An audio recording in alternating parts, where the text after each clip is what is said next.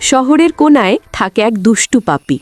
সবাই তাকে বলে ঘুমকাতুরে পাপি, কারণ সে যেখানে সেখানে ঘুমিয়ে পড়ে।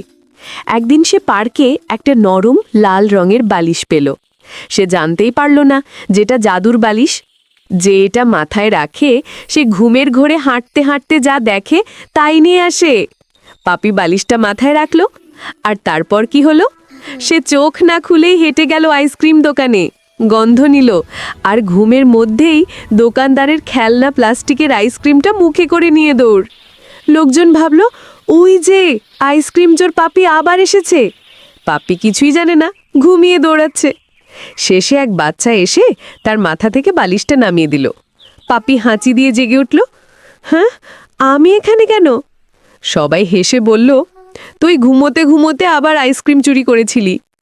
পাপি লজ্জা পেয়ে বালিশটা পার্কে রেখে দিল আর বলল, এবার থেকে ঘুমোতে ঘরেই যাব, বাইরে নয়। শেষে সবাই তাকে আদর করল, আর পাপি বলল, আমি ভালো পাপি, কিন্তু ঘুমটা একটু বেশিই আসে।